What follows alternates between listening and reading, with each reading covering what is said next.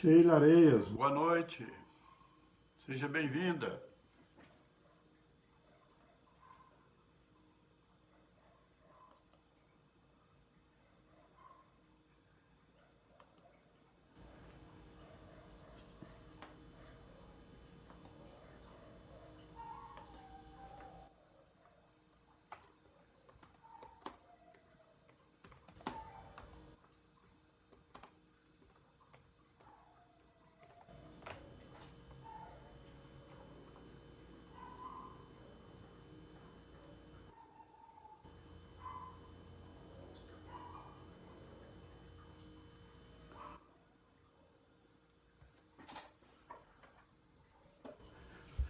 Boa noite, Verinha.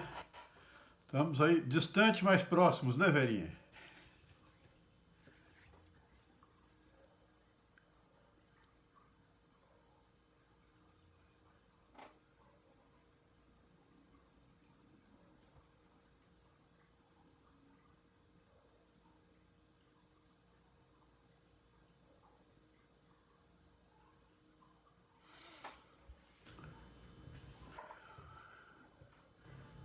Verinha, Regina, Sheila. Dentro de alguns instantes a gente inicia.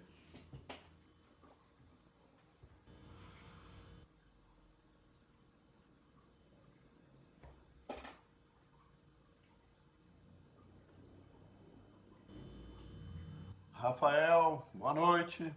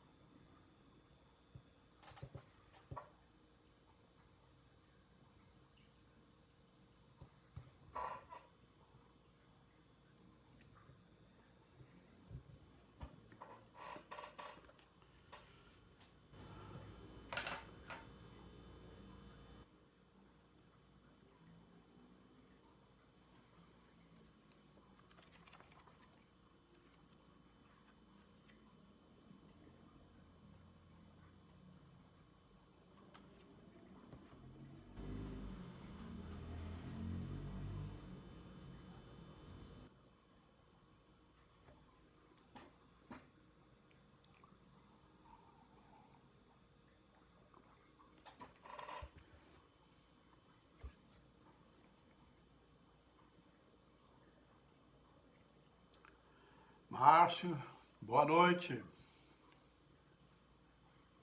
Tem cadeira cativa aqui já, hein?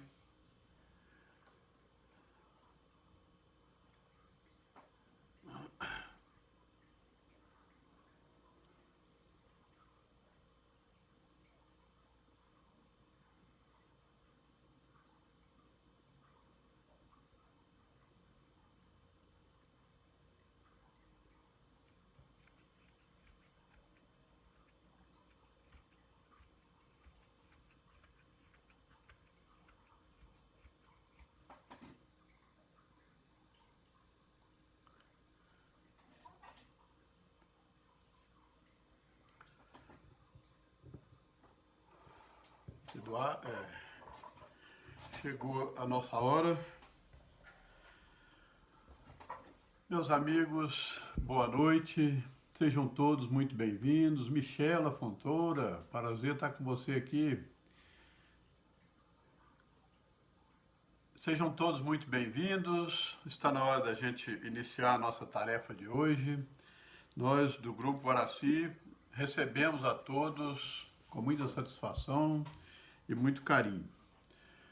Hoje, 4 de junho de 2020, nós vamos primeiro ler uma mensagem preparatória para a gente ir tranquilizando aí os sentimentos, né? Para depois a gente dar início à nossa tarefa de hoje. A mensagem é do livro Fonte Viva, pelo Espírito de Emmanuel, psicografia de Francisco Cândido Xavier, a lição número 8, Obreiros atentos. Aquele, porém, que atenta bem para a lei perfeita da liberdade e nisso persevera, não sendo ouvinte esquecido, mas fazedor da obra, esse tal será bem-aventurado em seus feitos. Tiago, capítulo 1, versículo 25.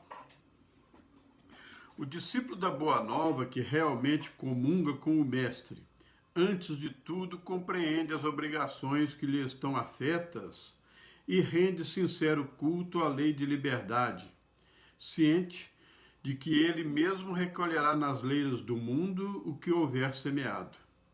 Sabe que o juiz dará conta do tribunal, que o administrador responderá pela mordomia e que o servo se fará responsabilizado pelo trabalho que lhe foi conferido.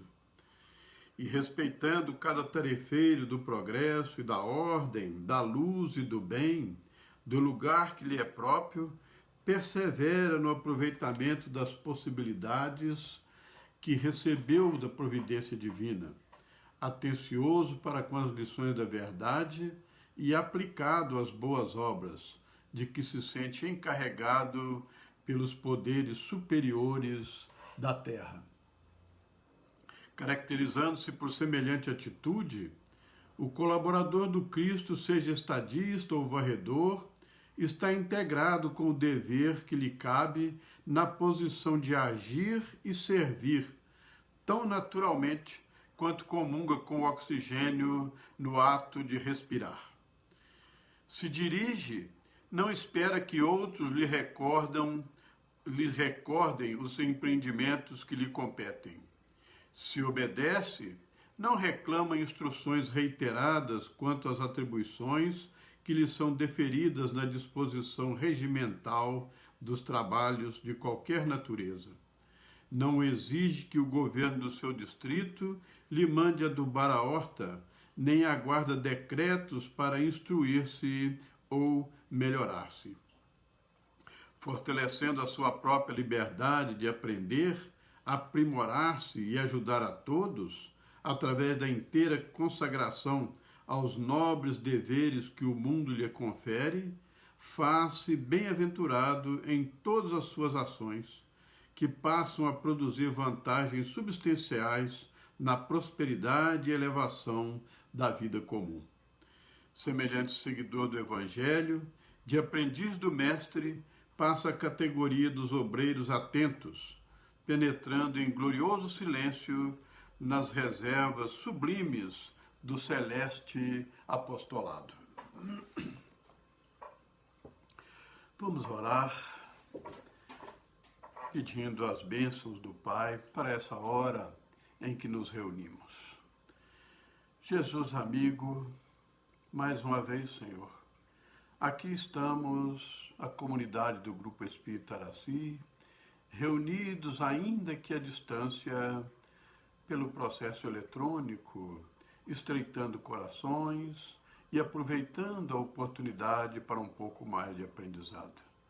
Que as suas bênçãos, Senhor, se façam sobre todos nós, em todos os locais onde nós estivermos, e que possamos, com o auxílio dos amigos da espiritualidade, os trabalhadores da nossa casa, manter as nossas vibrações elevadas, de forma que as energias por nós despendidas neste momento possam ser utilizadas pela espiritualidade para os trabalhos que desenvolvem. Fica conosco, Senhor, e permita que com suas bênçãos possamos dar por iniciados os trabalhos de hoje. Que assim seja. Bem, amigos, Fernanda, seja bem-vinda. Beth também, Oswaldina. Estamos chegando, né? Bem, nós escolhemos para hoje um tema que colocamos o nome de médiuns e mediunidade, porque na semana passada tivemos oportunidade, aliás foi segunda-feira, né? Tivemos a oportunidade de um trabalho que fizemos com jovens que têm pedido abordagem a respeito desse tema da mediunidade. E ali foi 1 hora e pouco de conversa, de bate-papo e perguntas, mas não foi possível atender a todas as perguntas que surgiram, né? Então nós fizemos uma coletânea das perguntas que foram feitas e montamos aqui um trabalho para apresentar hoje na expectativa de poder atender algumas daquelas ou responder dentro das nossas limitações algumas daquelas questões que ficaram ou que não puderam ser feitas naquela oportunidade. Quando a gente vai estudar a mediunidade, e é preciso que a gente estude a mediunidade, o livro indispensável de referência é esse aqui, o Livro dos Médiuns, que é um verdadeiro tratado sobre a mediunidade. Não surgiu ainda, desde que esse livro foi lançado, em 1861, nenhuma outra obra que possa dizer que sequer se equipare a essa. Então, o nosso livro de estudo da mediunidade é basicamente o Livro dos Médiuns. Isso não quer dizer que a gente não possa buscar em outras fontes e até enriquecer o estudo, mas a base está aqui. E quando a gente vai estudar, a gente deve procurar a base, os alicerces da estrutura de aprendizado que a gente pretende, porque depois os outros conhecimentos vão chegando e vão encontrando espaço numa base que já está feita, né? É como uma construção. Você primeiro faz a base, o alicerce, para depois levantar a casa ou outra obra qualquer que você vai fazer. Não é muito diferente com relação aos estudos, especialmente o estudo da mediunidade que nós estamos trazendo hoje, com o título Médiuns e Mediunidade. Então, a primeira pergunta que nós poderíamos fazer já, para a gente começar, é esta. O que é a mediunidade? Né? O que é a mediunidade? Se nós formos olhar direitinho, ou não precisamos ir muito longe, né? Mediunidade é todo método ou toda situação ou é aquele mecanismo através do qual nós podemos nos contactar com a espiritualidade. Então, quando a gente vai ver o Livro dos Médiuns, né, ele trata daqui de algumas questões muito importantes e começa de forma didática por Kardec. Ele primeiro fala, há espíritos. É a primeira indagação que Kardec coloca aqui e no primeiro capítulo do livro ele trata disso. Então, se vamos falar de mediunidade, a primeira coisa que nós temos que considerar é a existência de espíritos. Se nós não acreditamos na existência de espíritos, vai ficar muito difícil a gente falar sobre mediunidade, né? Porque a base parte desse princípio. Então, Kardec, a primeira questão que ele coloca no livro, o primeiro capítulo, é comprovando a existência de espíritos, né? Cientificamente comprovados pelas experiências que ele fez. E depois ele fala do maravilhoso e do sobrenatural. Porque há toda uma história da humanidade, a mediunidade não nasceu com o Espiritismo apenas tirou um véu que cobria esta ciência, né? E que divulgou ela com o trabalho de Kardec para o mundo todo. Mas a mediunidade sempre existiu das mais diversas formas e com os mais diversos nomes, né? Mas sempre existiu. Até mesmo nas crendices populares. Então, a gente às vezes dizia, não acredito em espíritos, né? Não, mas acreditava, por exemplo, em assombração, né? Em determinados mistérios, determinadas situações, se encantava com o maravilhoso, né? Então Kardec vem fazendo uma abordagem aqui sobre o maravilhoso e o sobrenatural, mostrando que não há nada de sobrenatural, né? Se existe, está acontecendo, é natural, está dentro das leis de Deus. Apenas nós não conhecíamos essas regras, estas leis antes, né? E que agora a gente já pode falar abertamente sobre isso. E depois ele vai desenvolvendo aí o método, os sistemas, né? Primeiro o método de estudo, trazendo a primeira noção, quando ele fala aqui do método, é de que modo se deve proceder com os materialistas. Porque nós estamos falando eminentemente de uma questão ligada à espiritualidade. Então, a pessoa que é muito materialista também vai ter dificuldade, né? Kardec, aliás, diz que o principal obstáculo para o espiritismo avançar, para as ideias espíritas progredirem, é o materialismo, porque nós somos ainda muito apegados às questões materiais, né? Então, ele vem logo aqui no método trazendo as questões que envolvem o materialismo, as classes de espíritas, enfim, que ele trata isso no método. Mas que nós não vamos entrar nesse detalhe, pelo menos agora, né? Então, a mediunidade é isso, é a crença na existência de espíritos e a possibilidade de se comunicar com esses espíritos, fazendo assim um intercâmbio entre o plano encarnado e o plano espiritual, que sempre houve, das mais diversas formas, né? Mas que nunca se tratou disso com o critério que a gente trata ou procura tratar no meio espírita, levando isso como uma verdadeira ciência do conhecimento humano que nos auxilia muito no trato com as coisas do nosso dia a dia e nos permite também explorar o mundo espiritual, conhecer o mundo espiritual de uma forma, da forma como os espíritos trazem essas informações. Esta comunicação se dá pelo mecanismo que nós chamamos de mediunidade. Aqui na Terra, com as características próprias do nosso planeta. Em mundo mais avançados, as pessoas, a humanidade tem uma facilidade muito maior nesse intercâmbio. A presença dos espíritos é muito mais patente, muito mais presente mesmo no dia a dia e perceptível, ou seja, a mediunidade de todos está mais aberta porque todos estão mais espiritualizados e não tão presos mais à matéria como nós nos encontramos hoje. A segunda questão é a questão do médium, né? O que é o médium? Ou quem é o médium? O que é isso, né? Também aqui no Livro dos Espíritos, aliás, no Livro dos Médiuns, na questão 159, Kardec coloca assim, todo aquele, vejam bem, todos, né? Todo aquele que sente,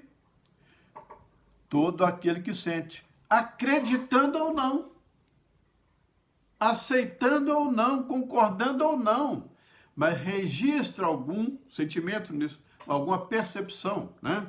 Então, todo aquele que sente, num grau qualquer, não importa o grau, não importa a intensidade, né? A influência dos espíritos é, por este fato, médium. Então, todo aquele que sente, num grau qualquer, a influência dos espíritos é, por este fato, médium. Essa faculdade é inerente ao homem, não constitui, portanto, um privilégio exclusivo. Todos nós temos, né? Tanto que todos nós podemos entrar em contato direto com Deus, através da prece, principalmente, né? Emitimos a vibração e sentimos, de alguma forma, o retorno que recebemos desta emissão vibratória que fazemos, né? Então, nós somos seres que temos essa capacidade de percepção. Todos somos mais ou menos médiuns. Por isso mesmo, raras são as pessoas que dela não possuam algum rudimento. Então, todos temos, ainda que de maneira muito discreta, algum rudimento. Todos nós temos percepções, principalmente quando a gente se dedica um pouco mais a trabalhos, à vida espiritual, conduzindo mais a nossa vida por esse caminho, embora não sejamos médiums na acepção do termo, porque não temos essa aptidão mediúnica mais patente, mais presente, temos as percepções, né? Somos inspirados, somos intuídos em muitas situações, né? Para nos conduzirmos aqui. O médium, então, como nós conhecemos, ou como nós podemos classificar, é aquela pessoa que tem uma aptidão diferenciada, né? E aí nós precisamos atentar para algumas questões que até colocamos aqui na segunda-feira, né? O médium é aquele indivíduo através do qual este intercâmbio com a espiritualidade se torna mais patente, mais objetivo, realmente acontece. O médium tem uma predisposição que permite que os espíritos se comuniquem de uma forma ou de outra com ele, pela escrita, pela oratória, né? Pela capacidade de enxergar os espíritos e diversas outras manifestações. Os espíritos podem atuar através de um médium, se mostrando, se revelando, né? E trazendo as suas informações e a sua participação nas nossas vidas. O médium, então, é uma pessoa que tem uma condição orgânica um pouco diferenciada. Não é uma pessoa melhor do que as outras, que tem uma aptidão diferenciada. Não, né? Muitas vezes são pessoas que têm até algumas limitações no campo do conhecimento e tudo mais, mas têm uma mediunidade mais acentuada, mais bem desenvolvida, mais espontânea, né? O que é isso? É uma predisposição orgânica que o médium tem, né? Nós temos o trabalho do Dr. Sérgio Felipe de Oliveira, que é médico, psiquiatra e médium também, um pesquisador, que ele fez um trabalho, se eu não me engano ele é neurocientista também, né? Ele fez um trabalho sobre a glândula pineal, que é uma glândulazinha que nós temos lá no centro da nossa cabeça, mais ou menos aqui na direção dos dois olhos, né, bem no meio da cabeça, nós temos uma glândula que é denominada glândula pineal. E o Dr. Sérgio fez um trabalho de pesquisa dessa glândula e descobriu, ele fala sobre isso, né, que ela tem cristais na sua superfície, né, cristais de apatita, que é um mineral que tem com alguma abundância na natureza, com aplicabilidade bastante grande em diversas situações, inclusive no nosso esmalte do dente existe a apatita, mas ela tem uma característica também, pode servir como receptor energético, né? Como se fosse uma antena, né? Então, as pessoas que são médiums têm nesta glândula uma quantidade maior ou de forma mais destacada desses cristais de apatita. E por isso, segundo nos explica o Dr. Sérgio Felipe de Oliveira, ele tem a capacidade mediúnica. Todos nós temos isso, mas alguns de nós em pequena quantidade, ou pedrinhas, cristais muito finos, muito pequenos, né? Alguns que têm isso mais desenvolvido têm uma capacidade maior de percepção. Ou seja, é uma antena para a espiritualidade. É isso que abre o nosso contato com a espiritualidade. Porque nós, enquanto espíritos, estamos presos num corpo, limitados por um corpo de carne. Mas pelo pensamento, pelas emanações fluídicas, né? Pelos contatos, pelas emissões energéticas, nós podemos sair do nosso corpo até, né?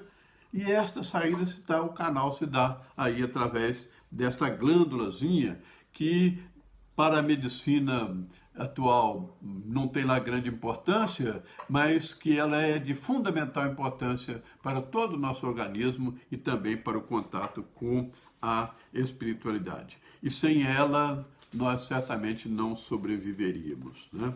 Então, o médium não é ninguém especial, só tem essa condição. Por que que uns vêm com isso e outros vêm sem essa condição? André Luiz nos diz, em Nosso Lar, que Nosso Lar, na época que ele escreveu, formava uma média de 1000 médiums por ano, né? Mas que apenas um número mais reduzido de médiums atuavam como médiums na Terra. Porque há muita dificuldade, principalmente naquela época, de se entender isso, né? As pessoas achavam que estavam ficando esquisitas, meio doidas, e às vezes eram taxadas e tratadas como doidas, porque começavam a ter percepção, visão que outros não viam, está delirando, né? Então, e havia também muito tabu, muitas reservas com relação a essa questão. E também porque para se trabalhar com a mediunidade precisa de uma dedicação, precisa se renunciar a algumas questões e nem sempre as pessoas têm essa predisposição.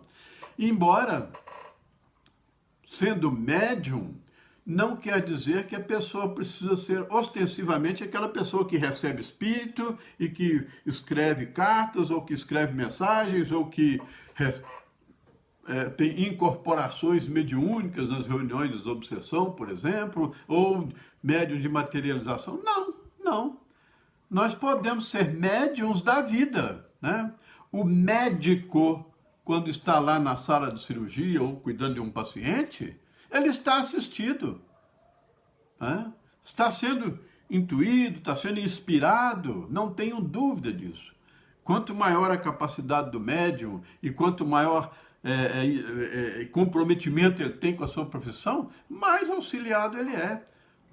O engenheiro, quando está estruturando uma obra, bem intencionado e tudo mais, ele está assistido por médiums, por espíritos que compartilham daquilo tudo, né? Quando nós desenvolvemos a nossa atividade do dia a dia, estamos sempre assistidos, principalmente quando a gente está procurando o melhor, fazer o melhor. Os professores, que têm uma profissão nobilíssima, né, nunca estão sozinhos, né? Estão ali, por isso conseguem controlar aquela criançada toda e conseguem transmitir os seus ensinamentos. Então, o médium não é só necessariamente aquele que dá passividade ostensivamente, não. Os médiuns da vida. Uma mãe é uma médium, está propiciando o nascimento e o desenvolvimento de uma criança, né? Trazendo a sua contribuição no campo da mediunidade, médium da vida também, né? A questão seguinte é aquela que fala da comunicação com os espíritos, né? Comunicabilidade dos espíritos, né? Então, na questão 459 do Livro dos Espíritos, Kardec perguntou isso aos espíritos, né? Podem os espíritos interferir nas nossas vidas? E a resposta foi surpreendente. Muito mais do que o que imaginas. Em geral, eles vos dirigem ou vos conduzem. Olha a resposta. Muito mais do que o que imaginamos, né? Em geral, eles nos conduzem, nos dirigem. Os espíritos disseram isso a Kardec. E é uma realidade. Nós temos muito mais espíritos desencarnados no planeta do que encarnados, né? Temos aí talvez 5 a 6 espíritos desencarnados para um encarnado. 5, 6, 7 espíritos, sei lá quantos, né? Para um encarnado. Então, a população espiritual é muito maior do que a de encarnados. E com uma questão, né? Uma grande massa de espíritos que desencarnaram, estão já na espiritualidade, ainda não se deram conta disso. Acreditam que estão vivendo. Ou às vezes até já perceberam que estão desencarnados, mas não sabem fazer outra coisa e ficam vivendo entre os encarnados, como se encarnados estivessem. É aí que algumas pessoas que têm uma acuidade mediúnica conseguem ver espíritos, né? Conseguem sentir a presença de espíritos. Nós que não temos mediunidade nenhuma, meio casca grossa, não sentimos nada, né? Mas eles estão conosco, né? Paulo dizia isso, né? Existe uma nuvem de espíritos nos acompanhando. Uma nuvem, a quantidade de espíritos, né? Então, é uma realidade que nós vivemos. Nós precisamos aceitar essa ideia, compreender essa ideia. E aí a gente vai perceber o seguinte: todos nós emitimos pensamentos. Pensem bem, alguma vez vocês já tentaram parar de pensar? A gente não consegue, né? Ainda que seja besteira, mas estamos pensando, né? A gente está sempre pensando. Quando você pensa, você emite vibrações. Isto sai de fora do seu campo físico e você se torna perceptível pelos espíritos, pelos seus pensamentos. Por isso que Jesus dizia: pecais até em pensamento. Vigiai e orai para não cairdes em tentação. Muitas vezes os pensamentos saem. Ninguém percebe aqui no campo encarnado, mas os espíritos percebem. Não só percebe o pensamento, porque o pensamento ele tem uma plasticidade. Eles veem a imagem que eu estou produzindo. Quando eu penso, eu emito uma imagem daquilo que eu estou pensando, né? E os espíritos percebem. E por essa percepção eles já avaliam. Se interessa aquele pensamento? Não. Ou se interessa? Se aproximam, chegam, né? Entram em contato conosco. Muitas das obsessões ditas simples acontecem dessa forma. Um espírito se sentiu momentaneamente atraído por aquele indivíduo e durante algum tempo ele fica ali participando, influenciando, né? Depois, se o sujeito consegue numa linha mais bem equilibrada e ele não é tão equilibrado assim, ele acaba desistindo e vai para outro, vai procurar outro, né? Mas é através dessas vibrações que os espíritos nos percebem e se aproximam de nós, né? É uma questão de magnetismo. Quando nós emitimos um pensamento, nós vibramos magneticamente. O espírito que vibra na mesma sintonia é como que atraído por aquela vibração e se aproxima, né?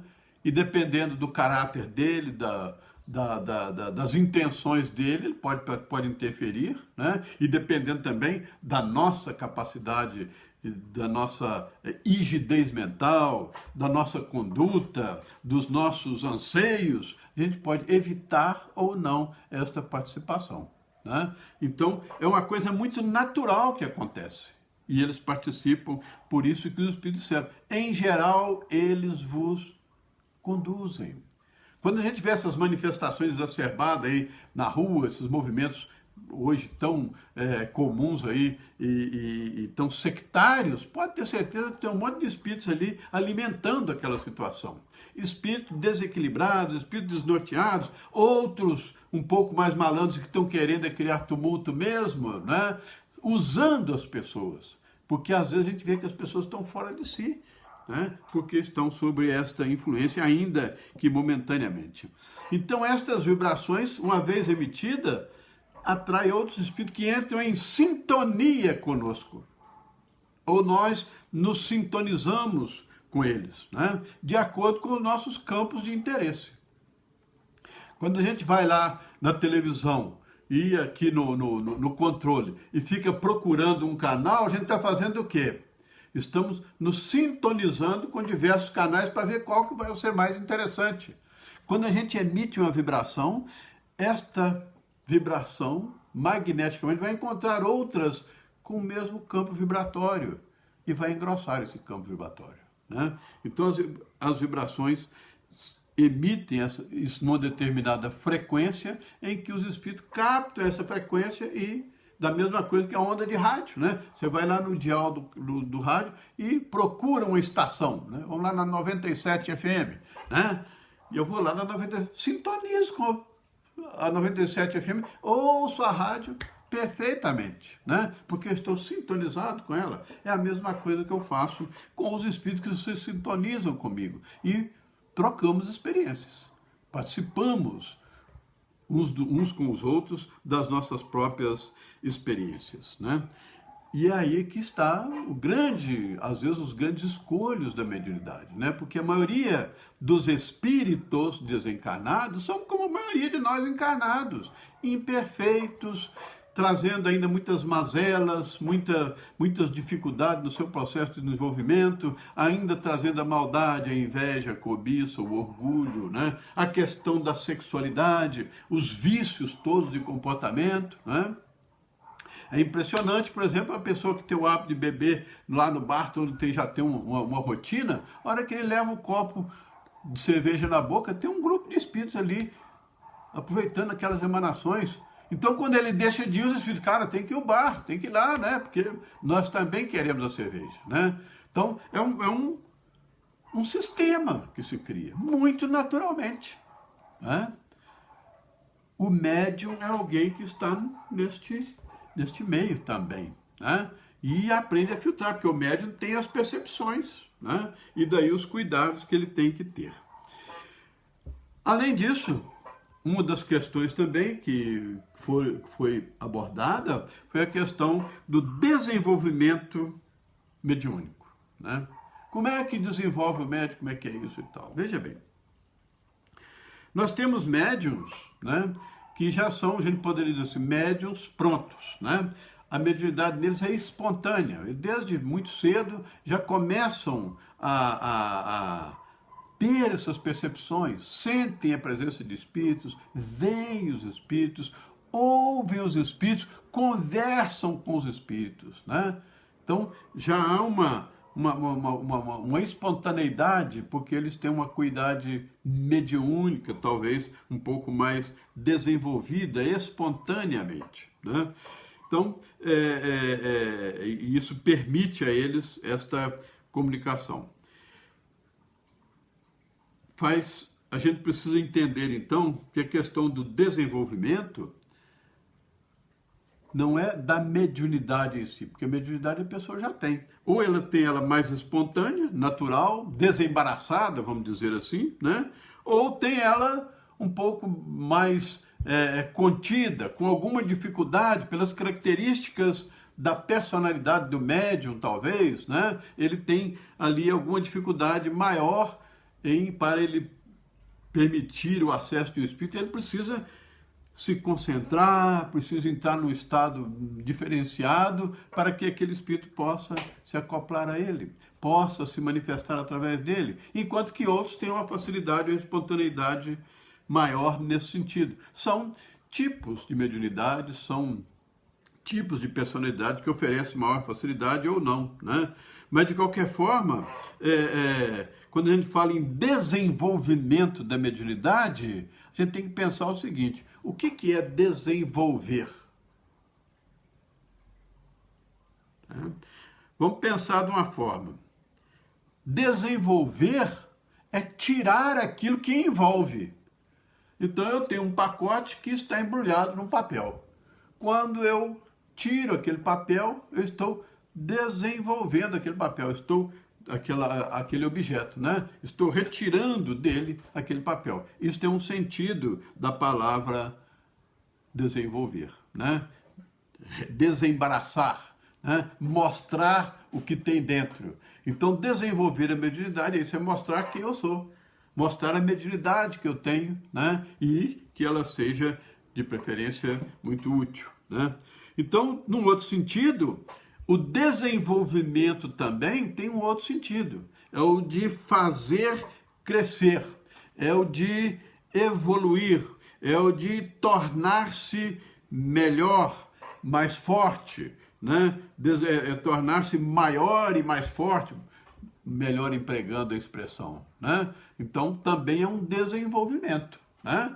Eu, como atleta, inicio no estágio e daí algum tempo eu já desenvolvi um potencial maior naquela minha capacidade atlética, né? É um desenvolvimento para maior que você faz. A mediunidade também é assim. À medida que você vai praticando, você vai desenvolvendo, você vai atraindo outros espíritos que vão te ajudando nesse processo e isso vai num processo de desenvolvimento. Sabendo que todo médium, por mais experiente que seja, sempre tem dúvidas, sempre tem dúvidas. Principalmente se ele estuda, se ele acompanha, se está fazendo um bom trabalho, porque ele se questiona muito, porque ele também precisa se desenvolver intimamente. Aquele processo do conhece-te a ti mesmo, esse processo vai exigir do médium que ele também se conheça melhor e se prepare, se aperfeiçoe para o trabalho que está desenvolvendo. Fora disso, você tem um outro tipo de mediunidade também, que às vezes as pessoas querem desenvolver, porque as pessoas acham bonito, acham interessante o fenômeno, né? E quer desenvolver a mediunidade, mas às vezes não é conveniente. Porque a pessoa pode estar desenvolvendo, como acontece muitas vezes sem muito critério, em vez de desenvolver a mediunidade, está desenvolvendo desequilíbrio. E alguns outros, embora tenha até uma certa predisposição mediúnica, mas não devemos provocar o desenvolvimento desta mediunidade nele. Vamos levá-lo para fazer outro tipo de trabalho, alguma atividade material mesmo, que o envolva, que prenda a sua atenção, porque ele às vezes não tem um psiquismo saudável, né? Que permita o exercício da mediunidade. Se você forçar ele para trabalhar com a mediunidade, ele vai acabar desenvolvendo desequilíbrio. Alguns outros chegam à casa espírita num completo desequilíbrio mediúnico, né? Por conta da mediunidade. Em outras situações, levaria ele para um hospital psiquiátrico, mas às vezes leva para a casa espírita. Aí você percebe que ele começa a trabalhar, né? É um trabalho metódico, leva tempo, e se o indivíduo aceita bem as sugestões, começa a estudar, começa com alguma outra atividade fora do campo mediúnico, mas sempre estudando e se aperfeiçoando na mediunidade, ele, daí a algum tempo, ele pode ser um médium utilíssimo, porque ele desenvolveu a mediunidade. A outra questão que envolve esse processo de desenvolvimento é porque às vezes a gente confunde desenvolvimento da mediunidade com educação mediúnica, é diferente, né? Todos devemos buscar a educação mediúnica, né? Agora, a educação é um processo mais complexo e mais profundo. O desenvolvimento se aproveita o que o indivíduo já tem, né, para desenvolver, para fazer crescer e tudo mais. Agora, para fazer esse crescimento, você precisa da educação mediúnica. Então, o termo mais certo não é desenvolver a mediunidade, é educar o médium e a mediunidade que ele ostenta de forma mais proveitosa. Então, a gente pode pensar em educação. Vamos pensar assim, o que é educar, né? Em princípio é transmitir conhecimento, instruir. Um professor na sala de aula transmite um conhecimento, transmite a matéria, dá conta daquela matéria do ano, enfim, cumpriu a sua tarefa, instruiu, informou. O sujeito sai dali informado sobre aquele assunto, sobre aquela matéria, às vezes especialista naquela matéria, né? Isto é informação, isto é instrução, muitas vezes abundante e muito útil, mas instrução apenas, né? Um outro aspecto da educação é aquela que estimula o indivíduo. né? Tem o condão de estimular, de provocar, de interessar o indivíduo pelo assunto, pela questão, pela vida, de um modo geral. Então ele é levado a desenvolver e orientar as suas aptidões. Então ele não vai só adquirir conhecimento, ele vai se colocar naquela situação, né?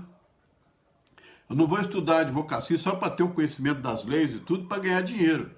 Não, eu tenho que me inteirar dessas leis, incorporá-las à minha maneira de ser, interpretando-as corretamente, né, para utilizá-las de forma útil, para orientar melhor o meu cliente, para buscar a satisfação das suas questões dentro do campo profissional, né, com a melhor entrega possível daquele serviço dentro de um processo de educar o cliente.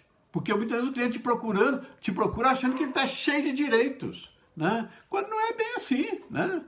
Você às vezes tem que falar para ele, não, peraí, não é bem assim, né? Ele às vezes quer que você faça coisa que não deve. Você então fala, não é comigo, né? Então, a educação aí é aquela que coloca limites, que aponta caminhos, que orienta, né? E desenvolve as aptidões do indivíduo de acordo com os ideais, com as propostas de vida e de cultura de cada um. Então é um processo, veja bem, um processo de aprendizado, de educação, de desenvolvimento de habilidades que aperfeiçoa o indivíduo. Vai desenvolvendo os seus potenciais, né? As suas faculdades físicas, intelectuais e principalmente morais, que é o grande objetivo do processo educativo, né? Preparar o cidadão para a vida. Uma vida que seja produtiva, uma vida que seja produtiva para a sociedade, não voltada egoisticamente apenas para as suas questões particulares, né? É uma vida para a sociedade que nós temos que aprender. Nós somos espíritos gregários. O ser humano é um ser gregário, ele precisa conviver em sociedade, partilhar. E nós, que já nos consideramos cristãos, somos, como está lá no Evangelho segundo o Espiritismo, homens no mundo, sem ser do mundo. Que é aquilo que Jesus dizia, né? Brilhe a vossa luz, coloque a luz sobre o alqueire e não embaixo da mesa, né? Se nós temos uma luz, temos um entendimento, temos uma claridade de raciocínio, é para que os outros percebam, não para a gente se orgulhar disso, mas que eles aproveitem do nosso conhecimento, da nossa capacidade. A ideia é essa, né? Então, quando se fala em educação, é nesse processo. Você domar as más inclinações, você trabalhar aquilo que você tem de positivo para você se educar para uma proposta de aperfeiçoamento possível, né? Emmanuel chama isso de forjar o caráter, melhorar o caráter do indivíduo. Você pega um indivíduo, às vezes, que vem de uma vida complicada, às vezes envolvido com questões ilícitas, né, imorais, né, prejudiciais, mas à medida que ele vai convivendo com a gente, que a gente vai passando informações, se a gente tiver uma boa conduta, né, você vai influenciando aquele indivíduo, você vai educando aquele indivíduo de outra forma, né? Quando a gente recebe um filho em casa, você não sabe a procedência dele, o que ele foi nas encarnações anteriores, né? Está ali para você educá-lo, não é para instruí-lo, não. É para educá-lo, instruir também, mas principalmente educá-lo. É uma forja. Sabe o que é uma forja, né? É aquele ambiente do ferreiro. Antigamente tinha um ferreiro.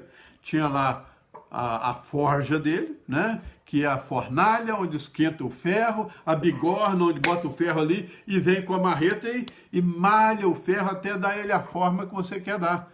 A educação é isso aí, né? Os antigos tinham um ditado, o pepino se torce de pequeno, não é isso? Então, é desde a infância que a gente começa a educar o indivíduo, não é instruir.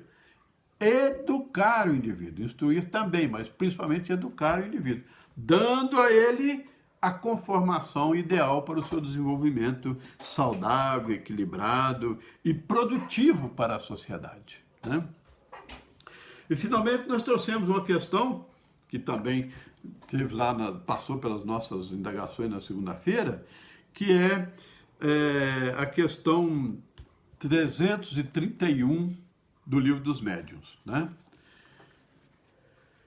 Que aqui Kardec está tratando das reuniões mediúnicas, como devem ser as reuniões mediúnicas, né? E aqui nós não vamos entrar nesse detalhe de falar sobre as reuniões mediúnicas, porque é uma variedade enorme e a gente precisa, daria uma aula só para falar disso, né? Mas a questão 331 do Livro dos Médiuns, Kardec diz assim: uma reunião é um ser coletivo, cujas qualidades e propriedades são as resultantes das de seus membros e formam como que um feixe. Então você tem a mediunidade, que é o fenômeno, e tem os médiuns que trabalham com essa possibilidade de intercâmbio com os espíritos.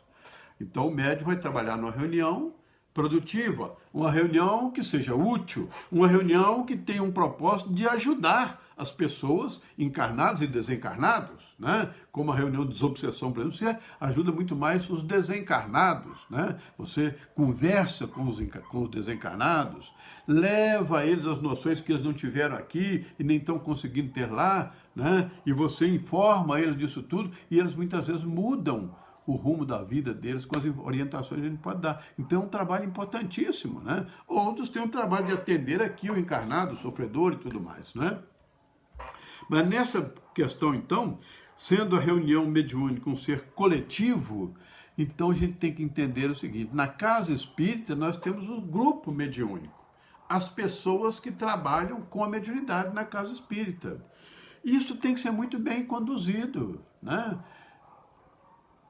A mediunidade deve ser espontânea, deve ser tratada com simplicidade, mas as pessoas que trabalham com isso precisam ter compromisso e seriedade.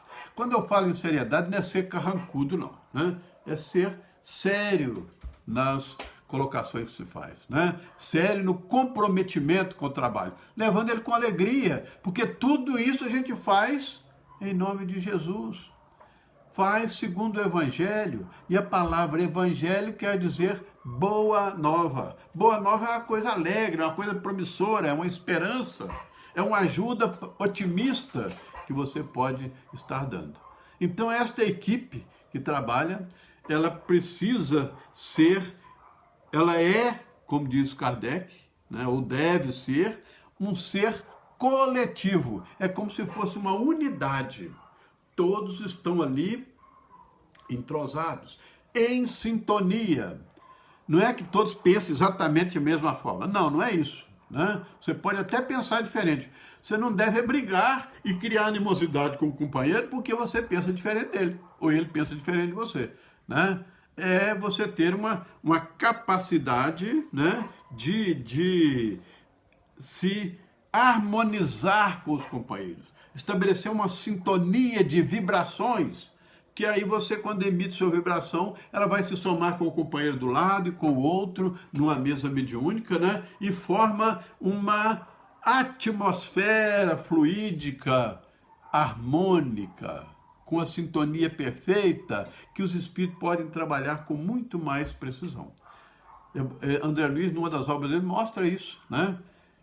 Que numa reunião mediúnica, as pessoas reunidas ali, da cabeça de cada um ou do corpo de cada um, saíam as suas vibrações e elas se confundiam, se misturavam e faziam uma atmosfera diferenciada naquele ambiente, que os espíritos chegavam com muito mais espontaneidade, podiam trabalhar com muito mais vontade, né? Quando tem um que destoa disso, né, que está pensando em outra coisa, ou está com um pensamento negativo, ou tem alguma adversidade com o companheiro aqui, alguma diferença com ele, isso praticamente dificulta essa formação dessa atmosfera favorável. Por isso, numa reunião mediúnica, qualquer que seja, o grupo mediúnico tem que ser mais privado, mais constante, né? Você não deve trazer para uma reunião mediúnica, cada dia tem uma pessoa diferente ali. Reuniões de desobsessão, por exemplo, com 15, 20 pessoas, né? E aí vai um porque é amigo, o outro é porque é amigo do dono do presidente da casa, o outro é porque é um amigo pessoal muito querido, o outro é porque é uma pessoa importante da cidade. Não tem isso, não tem isso, né? Você, às vezes, convida pessoas para participar da sua reunião mediúnica, né? Sendo um convite útil para o aprendizado ou para uma experiência que vai se fazer, né? Mas antes você combina com os espíritos. Olha, eu tenho seu fulano de tal, assim, assim, assado, por causa disso, e eu gostaria de convidar ele, E os espíritos, às vezes, não, meu irmão, pode trazer e tal. Já aconteceu na nossa casa, não, tudo bem, pode trazer, mas primeiro pede para ela ler tal página, assim, assim, assado, tal obra, assim, assim, e aí daqui a 2 semanas atrás. Isso já aconteceu na nossa casa, né? Por quê? A pessoa precisava se preparar até para o que ela queria, né? E para que ela viesse, tivesse um aproveitamento, fosse mais útil a vida dela, pediram que ela se preparasse. Comunicamos a pessoa, ela aceitou prontamente, o dia que foi, gostou, adorou e tal, né? Então, às vezes, o trabalho é com os espíritos. Uma reunião mediúnica, nós estamos nos colocando a serviço dos espíritos. O médium, o doutrinador, o apoio, né? São pessoas que estão ali para executar uma tarefa sob a orientação dos espíritos. O trabalho é eles que fazem, né? Nós estamos ali doando material, emprestando a nossa capacidade, emprestando o nosso trabalho, mas do meu lado aqui que estou falando lá, às vezes conversando com o espírito, tem um outro espírito ali me intuindo, né? Escolhendo qual é a palavra melhor, qual é a maneira melhor que eu devo abordar aquela situação, né? O sujeito que veio, o espírito que veio já veio preparado, já veio para aquela situação ali, né? Então nós estamos sempre muito amparados, muito protegidos nessa situação, né? Então o trabalho é um trabalho de equipe com a espiritualidade. Por isso que Kardec diz, uma reunião mediúnica é um ser coletivo. Zé Grosso diz o seguinte, o médium que trabalha isolado, faz trabalho sozinho, vira papá de onça, né? É igual, ele diz, médium que trabalha sozinho é igual coati fora da manada. Coati é um animal silvestre que vive em manada. Quando ele sai fora da manada, ele fica um alvo fácil e logo a onça pega ele. Porque o coati, embora ele seja pequeno, mas ele é muito valente, tem uma unha muito afiada, e se junta mais de um, a onça fica meio receosa, né? Mas um sozinho, ela... Então, o Zé Grosso tinha esse ditado, né? Coati fora de manada vira papá de onça. Médium que quer ser muito exclusivista, que muito individualista, né? Ele pode ser vítima da sua própria invigilância. Não estamos falando de todos os médios, né? A gente vai ver um exemplo, por exemplo, de médico que trabalhava sozinho lá na época dela, né? E que fez um trabalho excelente, Ivone Pereira, né? Vida inteira de mediunidade, muito sozinha, muito... Agora, era uma época que não tinha as informações, não tinha o volume de informações e de livros que nós temos hoje, de pessoas que orientam, né? Então não justifica isso. E nós devemos trabalhar em grupo, até para dar oportunidade a outros, de aprender também, de trabalhar e aprender e desenvolver o seu processo de aprendizado e de aplicação deste aprendizado. Então, meus irmãos, em princípio, né, a gente tinha essas noções para trazer para vocês sobre a mediunidade. E nós precisamos acreditar na existência dos espíritos, na participação dos espíritos, né, e na orientação e proteção que esses espíritos nos fazem. E quando eu falo proteção, não está nos protegendo só na reunião mediúnica, não. É na vida. Até porque aquele que é médium, né, ou aquele que trabalha na casa espírita, ele não deve ser uma pessoa na casa espírita e outra fora da casa espírita. Isso é para a vida. Espiritismo não é, como dissemos aqui em outro programa, uma religião apenas, né? É um modo de vida, é uma maneira de conduzir a vida. Eu tenho que ser eu mesmo em todas as situações, né? Não posso ser um na casa espírita e outro cá fora. Se eu estou fazendo isso de uma forma, eu preciso ir parando algumas arestas aí, porque alguma coisa não está funcionando a contento e a gente precisa rever as nossas posições, né? Então, para encerrar, eu gostaria só de trazer aqui uma reflexão que está nessa mensagem que a gente leu no início, né? Onde o Emmanuel aborda a questão dos obreiros atentos, ou seja, aquele que trabalha com a mediunidade, principalmente, deve ser um obreiro atento, vigilante, dentro daquele princípio do vigiai e orai. Cuidado sempre. E quando a gente fala em orar, não é para viver sempre em prece por aí afora. Não, é estar em ligação com o Pai, né? Então eu estou lá na rua, estou vendo uma situação aflitiva e tal, Senhor, me ajuda, né? Como eu devo agir, né? Me dá um suporte. É uma ajuda, é uma maneira de você se ligar diretamente com o Pai. E liga, não tenho dúvida disso, né? Então, vamos ver aqui lembrando aqui o que Emmanuel nos diz nesse textinho final aqui desta lição, Obreiros Atentos. Fortalecendo a sua própria liberdade de aprender, olha o que ele diz, né? Aprimorar-se e ajudar a todos através da inteira consagração aos nobres deveres que o mundo lhe confere, faz-se bem-aventurados em todas as suas ações. O espírito é sincero, né? Que passam a produzir vantagens substanciais na prosperidade e elevação da vida comum. Nós vamos desenvolvendo nossos potenciais para melhor atender às propostas da vida comum. Não é só a minha vida, não. É a vida em sociedade, né? Em família, onde quer que eu esteja trabalhando, estudando ou convivendo com outras pessoas. Semelhante seguidor do Evangelho, encerra Emmanuel, de aprendiz do Mestre, passa a categoria dos obreiros atentos, penetrando em glorioso silêncio nas reservas sublimes do excelso apostolado. É isso, meus irmãos. Que Jesus nos abençoe a todos. Fico muito agradecido por todos que estão aqui conosco hoje. Rita Lubanco, né? A Michela, lá do Rio Grande do Sul, né, que está aqui conosco hoje também, a prima lá do Paraná, que está aqui também conosco, Verinha, né, e tantos outros que eu ainda não identifiquei aqui. O nosso agradecimento e vamos refletir um pouquinho aqui para fazer a nossa prece de encerramento e nos despedirmos por hoje. Assim, Jesus amigo, agradecidos pela oportunidade de trabalho, pela possibilidade de entrarmos em comunicações com tantas pessoas queridas, por poder nos aproximar, ainda que pelo meio eletrônico, sem podermos ainda nos abraçarmos na casa espírita, te rogamos, Senhor, as suas bênçãos, que possam nos nutrir de esperanças, trazendo-nos a paciência, a tolerância, o equilíbrio necessário nesta hora em que estamos convivendo, principalmente em nosso estado, com tantas aflições ainda da pandemia que nos obriga ao isolamento e muitas vezes surgem as dificuldades naturais da casa, com aqueles adversários do passado que convivem conosco hoje